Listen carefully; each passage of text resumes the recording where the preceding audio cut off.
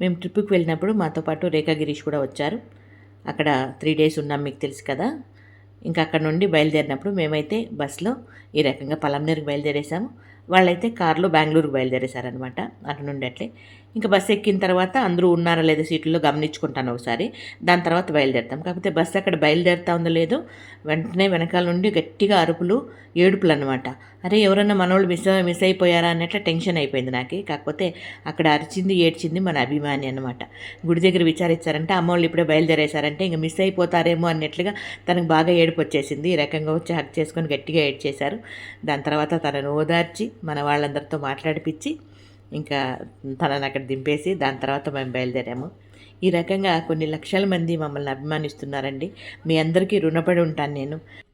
ఏమిచ్చి మీ రుణం తీర్చుకోవాలో నాకైతే అర్థం కాలేదు. ఇది ఇప్పుడు మన చిన్ని వీడియో మీద మీ అభిప్రాయం తెలియజేస్తూ వీడియో నచ్చితే లైక్ చేయండి. ఓకేనా? Thank you.